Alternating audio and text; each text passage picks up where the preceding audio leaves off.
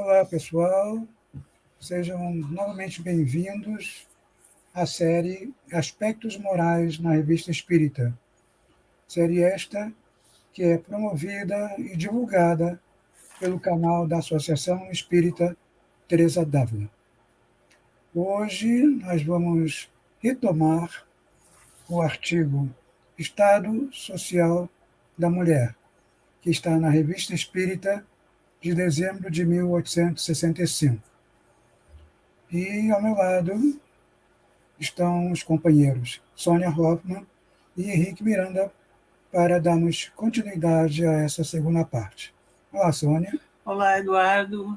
Olá, Henrique. Olá a todos os nossos companheiros, amigos que estão assistindo os nossos programas e que estão compartilhando conosco estes momentos de estudo da Revista Espírita, que nos trazem tantos ensinamentos morais e que trazem tantas reflexões que nós podemos aplicar no nosso dia a dia.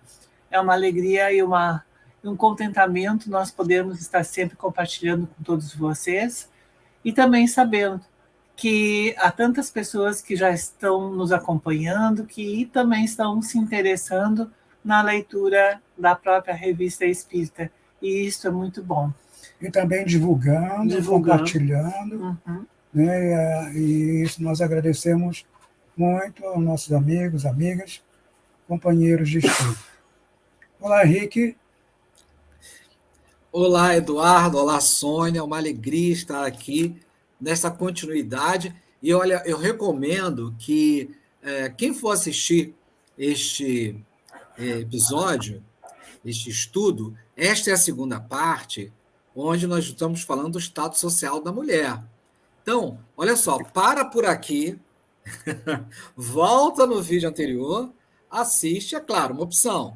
Assiste para depois pegar essa continuação, porque, olha, o primeiro nós fizemos um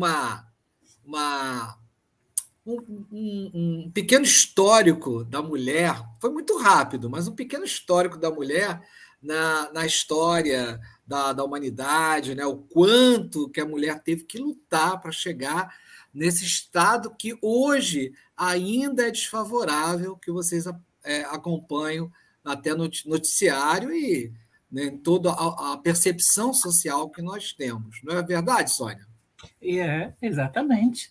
E é muito importante, e esse artigo, Baluzzi, ele trouxe todo um processo de reflexão do quanto ele se preocupa com essa evolução do estado social da mulher. E é bastante importante que nós possamos pensar.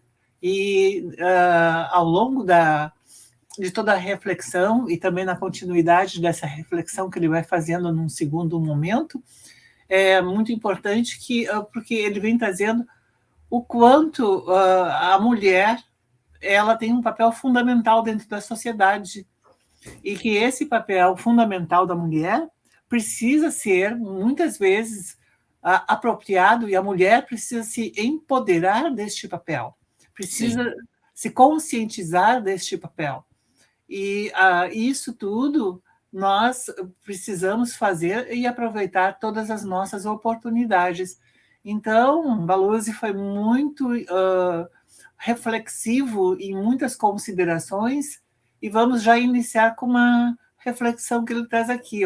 Há poucos entre vós que intuitivamente não sintam o direito da mulher. Ou seja, intuitivamente todos entendem que existe esse direito.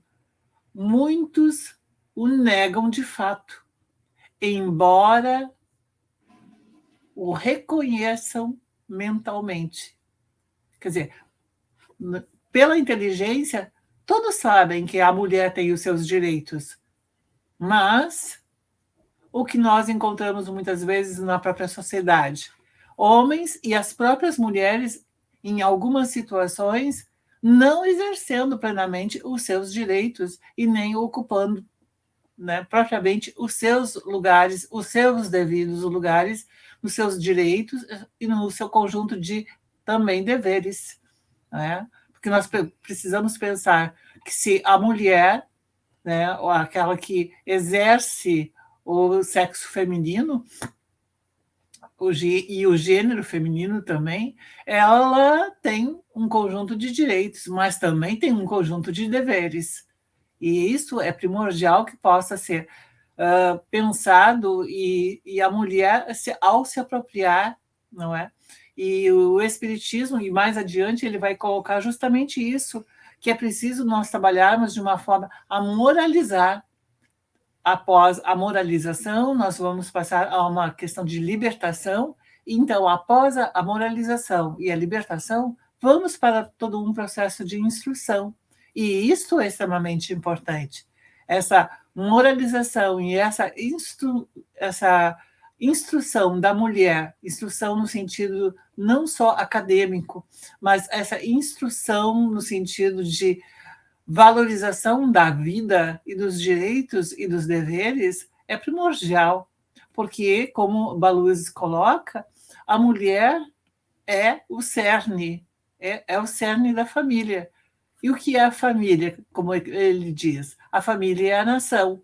Tais mulheres, tal povo. E isso, eu acho que é de uma extrema reflexão o que ele está trazendo aqui. E eu deixo, então, para vocês, homens, também colocarem os seus posicionamentos. Permita vocês.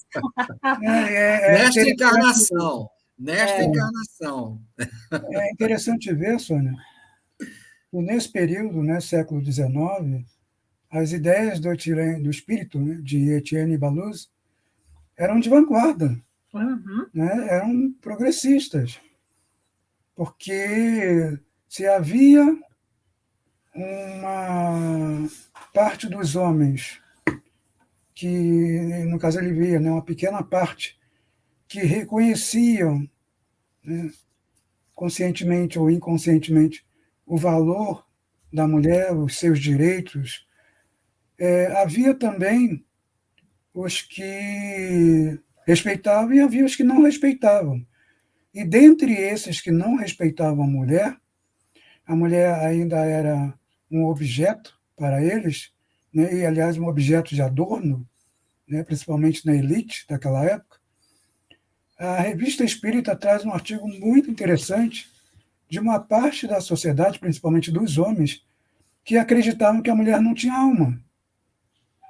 Procurem na Revista Espírita esse artigo, né? A mulher tem alma? Era um absurdo pensar nisso, mas pensavam naquela época. Né? E para ver como havia avanços, até por parte das ideias trazidas por Baluz e outros espíritos, no sentido de empoderar a mulher, de libertar a mulher de tudo isso, mas havia outros que a mulher era praticamente um escravo do homem. Há até um alerta, Eduardo, que o Baluzzi faz, em certo ponto, ele fala assim: os espíritas que se sensibilizam pela pobreza dos povos, educação das massas, mas para levantar moralmente a mulher, que fizeste? Ele faz um alerta, eu diria até uma cobrança aos espíritos que já tinham algum esclarecimento, até porque Kardec ele chama atenção para a participação das mulheres no movimento espírita. Então, não havia uma ausência e nem um esquecimento da parte de Kardec e de muitos sobre a participação da mulher no movimento espírita e, por que não, no movimento social. Mas aí, Sônia, você ia falar alguma coisa. E dentro desse movimento social, Baluz também coloca que é nela a mulher, não é? E é por ela, pela mulher, que se deverá, ou que deverão ser elaborados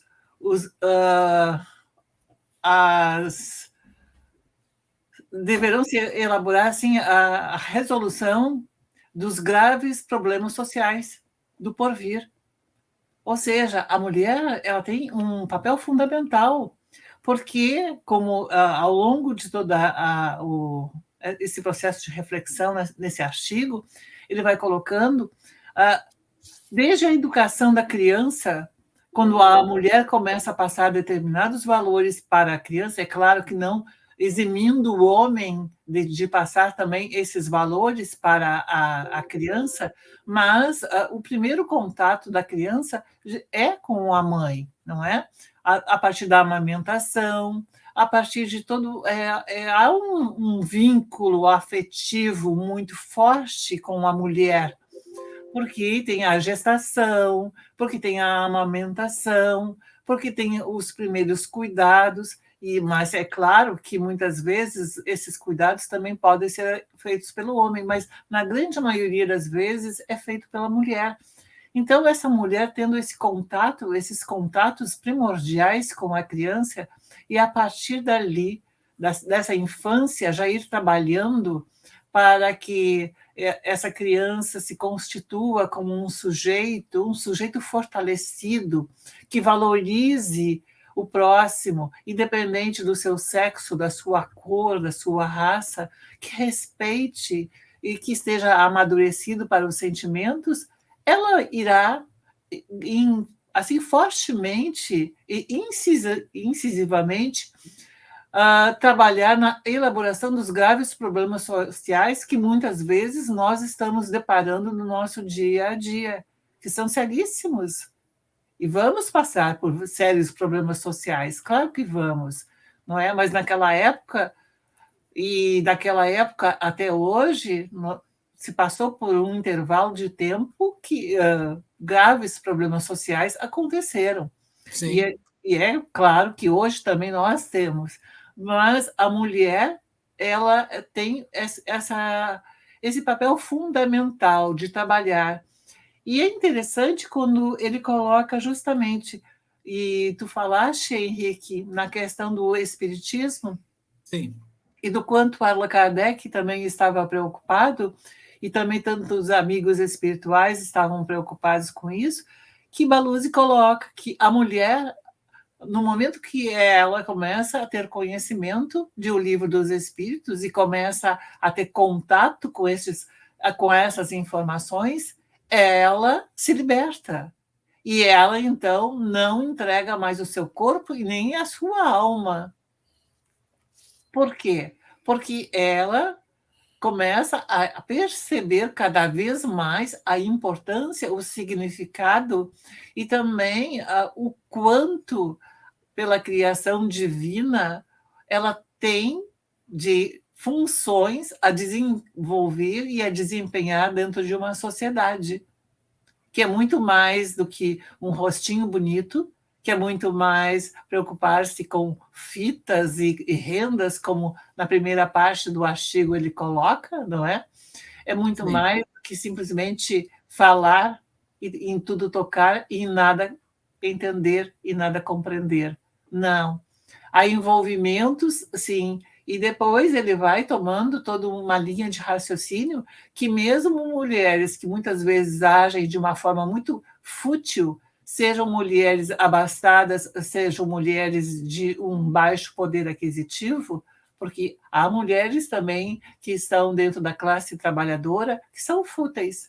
Mas ele coloca que existe um ponto de equilíbrio, que há muitas mulheres que começaram a perceber, a raciocinar, a entender e compreender o papel primordial que elas têm. Então, não existe só a mulher fútil e não existe somente a mulher ignorante. Ao contrário, hoje nós temos mulheres trabalhadoras e que estão despontando nos mais variados aspectos da ciência, da vida, do dia a dia, da nossa sociedade, seja em aspectos políticos, seja em aspectos acadêmicos, em todas as atividades profissionais, nós temos a presença fundamental da mulher. E lutando contra preconceitos atrozes, onde é cobrada da mulher uma posição, e que é interessante até, porque nos primórdios, o que aconteceu na formação social da humanidade? A mulher ela foi responsável pelo assentamento. Ela que começou a perceber o domínio da agricultura. E isso foi responsável pela fixação da humanidade, a terra das pessoas, em vilas, e produzindo o próprio alimento e deixando de depender de catação, de coleta, que, numa qualquer falha, extinguia toda uma comunidade. O homem, sendo mais forte, ele sai para caçar, né? Mas a mulher, ela garante a subsistência através da agricultura, quer dizer, o homem ele cuida da proteína, mas a subsistência através da agricultura e, o mais interessante, manter a cria, A né? prole, não E é? fazendo com que ela se desenvolva. Então, Exatamente. ou seja, a mulher ela mantém a estrutura social e ela também sustenta essa estrutura. Então, não é a proteína pode fazer a diferença em alguns pontos, mas nós temos que ter essa noção. Aí o que acontece? Essa estrutura, onde a mulher ficava mais assentada, ficava mais em casa, foi passando por uma mentalidade totalmente errônea, onde o homem ele tinha que sair sempre e não precisava ficar, porque a mulher ela cuidava, né, dos filhos, né, mantinha a sobrevivência, né, e a estrutura do que a gente vai chamar até de lar agora, não é? E o homem sairia para conseguir a caça pela sua estrutura física. Mas eu pergunto a vocês, a gente precisa hoje em dia de estrutura física? Será que hoje em dia nós temos que sair para abater um elefante, para abater, né, um boi, né, a unha com lanças? Não, não é necessidade. Então vejam que essa estrutura machista perdura até hoje mesmo e que nós percebemos, e graças à luta de muitas mulheres e à custa de muito martírio, uma ocupação no mercado de trabalho, quer dizer, a mulher saindo, e parece que a gente fala saindo, parece um pecado, né? A mulher vai sair do lar. A mulher não abandona o lar. Ela abandona tanto, entre aspas, como o homem abandona. Muitas vezes até mesmo tem a questão das 3 jornadas, não é? O sair, Exatamente. o sair do lar, o lar, cuidar da prole, o cuidado com ela, o cuidado da família e o cuidado da nação, o cuidado do povo, porque a partir daquele momento, e o cuidado da sua família, da sua casa. Então, muitas vezes ela está ali envolvida com jornadas fora do lar e dentro do lar. Não, e o Baluzzi até fala que as mães elas vão ocupar cargos, elas vão ser médicas, vão ser conselheiras, vão ser. Bom, vão ter a sua ocupação, mas isso não quer dizer que elas abandonem o lar. Então, veja, uma estrutura praticamente pré-histórica, ela se enraiza e coloca a mulher como, né, uma dependente do marido, porque é ele que vai trazer a caça para casa. Não havendo essa percepção de que ela é que tinha o cuidado da subsistência, ela que tinha o cuidado da prole, de manter a estrutura, de gerar, né? Tem até uma música que fala, né, você gerando os filhos do futuro. Então percebam que é apenas uma construção machista, de dependência, né? Onde o homem não se responsabiliza por aquela estrutura ali. E vamos lá, não somos todos responsáveis pela estrutura da sociedade onde vivemos? Onde é que foi escrito, então, que deve ser isso tudo bipartido, tripartido? Não está escrito em lugar nenhum. Né? É apenas o quê? Uma acomodação que houve, né? Inclusive, a gente pode falar até da mulher também em certo momento, e uma imposição masculina, mas que começou a mudar no século XVII para o século XVIII. Isso. E a mulher, cada vez mais, ela vem adotando uma série de comportamentos e de atitudes que vão prolongando o seu papel. Não é o seu papel que já vai saindo do lar, vai indo para também a sociedade, através das suas atividades profissionais, mas muitas vezes ela sai do seu ambiente de nação até para um ambiente internacional. Quantas mulheres nós temos aí que estão interagindo com situações internacionais? Elas não estão mais localizadas somente ali no seu contexto, mas quantas pessoas que estão, mulheres cientistas, que estão trabalhando não somente para a questão daquela nação, mas muitas vezes ali com medicações, com uma série de expedientes que possam ser levados para todas as demais nações. Quantas mulheres que estão ali realizando trabalhos acadêmicos e estudos de pesquisa que vão favorecer não apenas a sua nação, a sua sociedade, mas internacionalmente também serão favorecidas. Mulheres que, independente da sua raça, da sua cor, da sua até idade, porque há muitas mulheres jovens que estão aí hoje trabalhando e apontando várias situações importantíssimas na área da ecologia, na área da política. Em quantas situações nós temos, inclusive Malala não é um exemplo que trabalhou, uma jovem que trabalhou pela libertação da mulher? Olha que coisa mais interessante. Eu tô lembrando Belusi falando aqui. Ele diz que as mães serão mães. Mas olha só, a mãe não é aquela que fica em casa o dia inteiro. Trocando fralda e dando mamadeira. Não é só isso. Não. A mãe é aquela que dá o exemplo. A mãe é aquela que vai ensinar os seus filhos, sejam homens ou mulheres, a serem bons pais, boas mães, bons cidadãos. Só aqueles que serão bons espíritas. Ou seja, que não vai abandonar o seu companheiro. É aquele que não vão deixar na mão o seu companheiro ou sua companheira por qualquer motivo. É aquele que vai compartilhar o trabalho. Eu ajudo a minha mulher. Não, você não ajuda, você compartilha o trabalho com ela. Né? Dar uma ajuda é uma coisa, compartilhar é outra. Ou não é um casamento, ou não é uma união de almas compartilhando a vida. Não, eu só compartilho a parte boa. Né? Eu não compartilho passar roupa, não. Não compartilho arrumar a casa. Né? Então, então você não está compartilhando, você está escolhendo a melhor parte, não é aquela melhor parte de Maria, não. Aí, no caso, é a parte de Marta, que tem que ser escolhida também no momento propício, né?